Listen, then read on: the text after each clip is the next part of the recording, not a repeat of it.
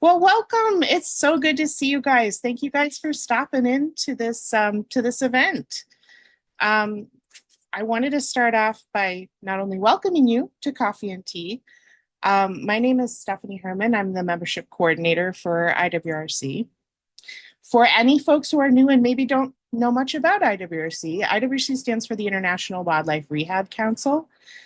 So we're a nonprofit that supports wildlife rehabbers and related professionals all over the world through science-based education, networking, publications, standards, a whole bunch of things like that. Coffee and tea events like this one you're at are free monthly seminars that we put on to support ongoing learning and connection, and just to provide an opportunity to get everybody together and remind ourselves that it's not just, we're not alone in this. We got a lot of different people from all over the world that are here to support each other. All right. Well, thank you very much for the introduction. I'm really excited to be doing this webinar today. So I will be talking about Wildlife Health Australia's Bat Health Focus Group, and specifically how it is an example of One Health in action for Australia's bats. So firstly, I'd like to acknowledge that I live and work on the lands of the Kaurna people in Kaurna country. This is Adelaide, South Australia. Pay my respects and acknowledge their long and ongoing and continuing connection to land, sea, wildlife, and community. So this photo here is taken about a 20-minute walk from my house. It's an Aboriginal art installation from a group called Mara Dreaming, and it's called Calming Spirit, which I think is very aptly named. So what I really like about this is that because the art has been done on a fallen tree, it's really susceptible to the elements. And at the moment, it's actually growing a bunch of really interesting fungi out of the paint. I thought that was quite a poetic way to show that connection to community through art, and then art's connection to the natural landscape as well.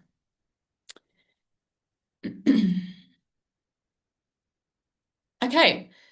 Little background to myself before we get into the main topic of the webinar. So according to my degree, I'm a conservation biologist, but I have done a lot of really varying work so far in my career. So I have been a bush regenerator in New South Wales. I was a tour guide working in nature and wildlife-based tourism in South Australia on Kangaroo Island. You won't be able to tell from this photo, but that big black rock looking thing is actually an Australian sea lion behind me. And then more recently, I worked in Sydney for an organisation called WIRES, which is a wildlife rescue rehabilitation service. And that was really where I got my experience and built my knowledge about how wildlife rehab works in Australia. I joined WHA, or Wildlife Health Australia, in 2023. I work in the disease surveillance program as a project officer. And a part of my work is helping coordinate this bat health focus group. So I became very interested in bats, and now I'm kind of obsessed with them. So I'm very happy to have a while to talk to you about them today.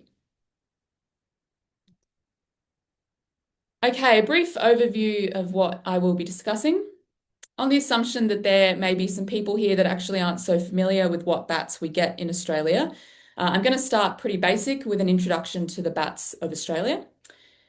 Then I'll talk about One Health, what it is, and more specifically, how it relates to Australian bats, including human health, animal health, and environmental health.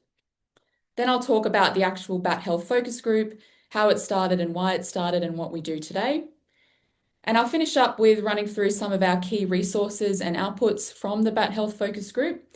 I'll talk you through a few, but in particular, I'll be highlighting the Australian bat lyssavirus national data set, white nose syndrome preparedness, and our communication guides.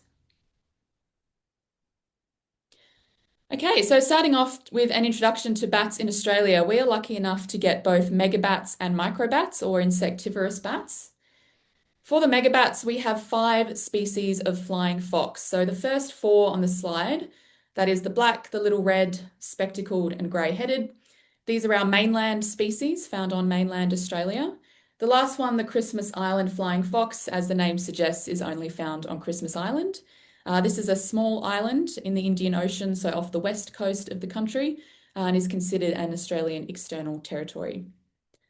For these species introductions, to give you all some context to the conservation status of our bats, I have included both the international and national conservation listing. So the IUCN you're likely to be familiar with. This is the International Union for the Conservation of Nature, so from their red list of threatened species.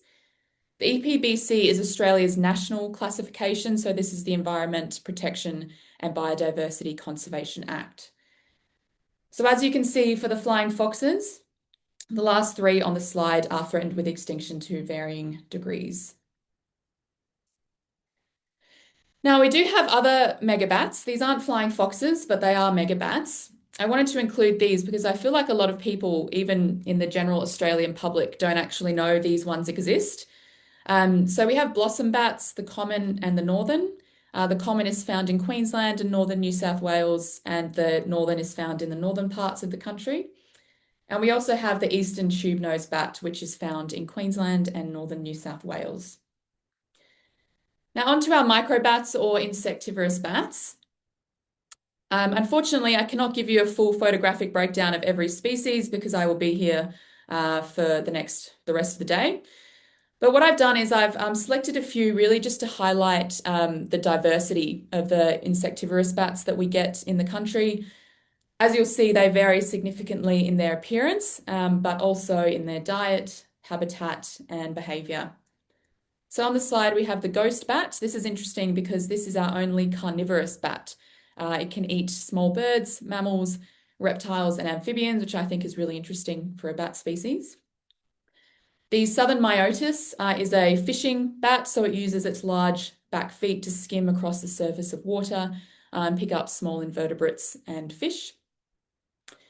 The yellow-bellied sheath-tailed bat, I will be talking about this bat in a few slides, so I'm just introducing it to you here. This one actually roosts in tree hollows. And then lastly, the southern bent-wing bat. So I wanted to include this one because it is one of Australia's most endangered mammals. There's a population of less than 50,000. It's cave dwelling and is found in a limited number of caves in Victoria and South Australia. Okay, so throughout the presentation, I'm going to include a few slides here and there, just bringing it back to wildlife rehabilitation, as this is the IWRC.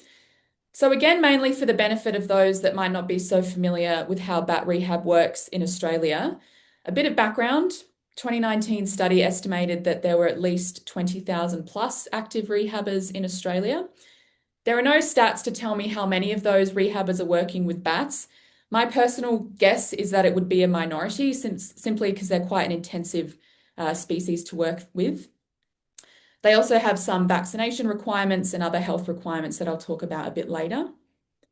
Wildlife rehab in Australia is overwhelmingly done by volunteers, and it's managed from a state to state basis, not nationally.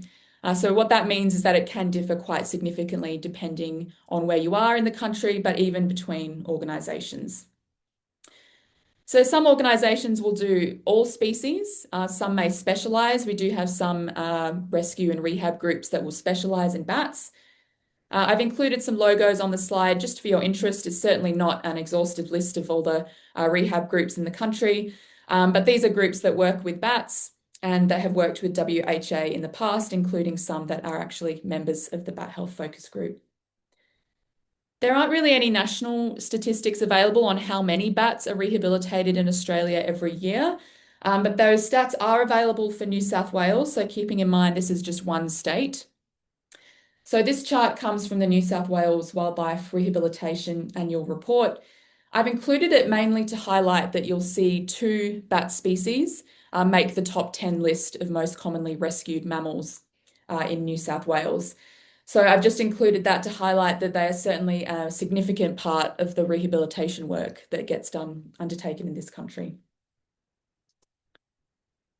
Okay, onto One Health and specifically why One Health matters for Australian bats. My colleague Joe Cashmore did a webinar with the IWC a little while ago where he discussed One Health. So you may be sort of familiar with the concept, but just briefly, it is the concept that the health of people, the environment, and animals are all connected to each other. They rely on each other and are important to each other. So if we think about this in the context of bats, I'll start with human health. As we know, there are zoonotic diseases that bats can carry. In Australia, there's really two main ones of significance that I'll talk about today. The first is Australian bat lyssavirus, or ABLV. So ABLV belongs to the same family as rabies, but is considered distinct from rabies lyssavirus. It was first detected in 1996. However, there was one retrospective diagnosis from a black flying fox from 1995. Like rabies, in people, once you're symptomatic, it is fatal. So sadly, it has claimed the lives of 4 people in Australia. It's also been recorded as killing 2 horses and, of course, many bats.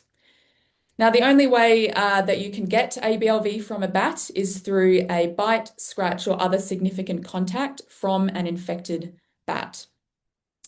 So, from a human health and safety perspective, including for our rehabilitators, we assume that any bat could be a potential carrier of ABLV. The table in the top right, you'll see the species where we have had ABLV positive detections, all of the mainland flying fox species, and this microbat that I introduced you to a few slides ago, the yellow-bellied sheath-tailed bat. We don't know why, but this is the only microbat that has returned a positive ABLV result. Okay, so in terms of public health, a lot of the public health campaigns are around raising awareness, trying to push this message of don't touch bats. As I said with the mode of transmission, if you don't touch bats, then you're all good. So if someone does have contact with a bat, the state, territory, government, public health departments will manage that post-exposure processes. And vaccinations are a requirement for people working with bats, including for our rehabilitators. I've got 2 examples on the slide today of a kind of public awareness campaign that you might see, particularly near flying fox roosts. The top one is from Cairns in far north Queensland. So when there are pups, baby bats around, they may be more likely to fall to the ground and therefore potentially increase risk of coming in contact with a person.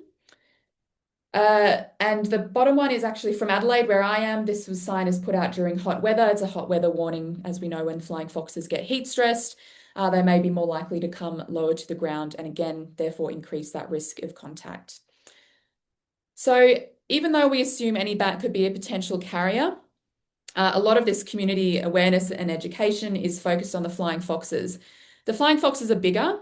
They're easier to see during the day. They roost in big numbers, and the largest flying fox populations coincide with the large human populations in Australia as well. So rehabilitators have a role here in terms of their education of the community when they're attending rescues, and we're trying to ensure that safe coexistence for communities living near bats. All right, the next zoonotic disease I wanted to highlight is Hendra virus. So this was first identified in 1994, so the mid-90s was certainly an interesting time for viral discoveries in Australia. This virus can cause fatal disease in humans and horses. Flying foxes are a natural reservoir host, but they don't show symptoms. So what's really important to remember about Hendra virus is the mode of transmission to humans is via horses. So it goes from bats to horses and then horses to people. So that direct transmission from bats to humans has not been detected. All right, moving on now to animal health. Now, animal health, of course, can include all animals. That includes livestock, domestic, and wildlife, so the health of the bats themselves. Today, I will be focusing on the bat health, but I did just want to briefly mention that, of course, the health of bats is relevant to the health of other animals too. Hendra virus, as I've already spoken about, this obviously can impact horse health. This is relevant to horse owners and industries that rely on horses. The good news is there is a vaccination available for horses. There are certainly other diseases of interest that may impact livestock. Menangle virus is one other example. This appears to be widespread in flying foxes based on antibody discoveries. However, it has only caused one single outbreak in Australia in pigs and humans. Okay, so on to the bats. I'm going to run through some key emerging health issues for bats as they relate to conservation and also to our wildlife rehabbers. So starting off with flying fox paralysis syndrome. So this was identified in 2020. It occurs in northern New South Wales and southeast Queensland, particularly in summer. As the name suggests, flying foxes present with varying degrees of paralysis and paresis. Now, what's really interesting about this is that it occurs at the same time as a lorikeet paralysis syndrome. So the photo there, this is a rainbow lorikeet and a grey-headed flying fox.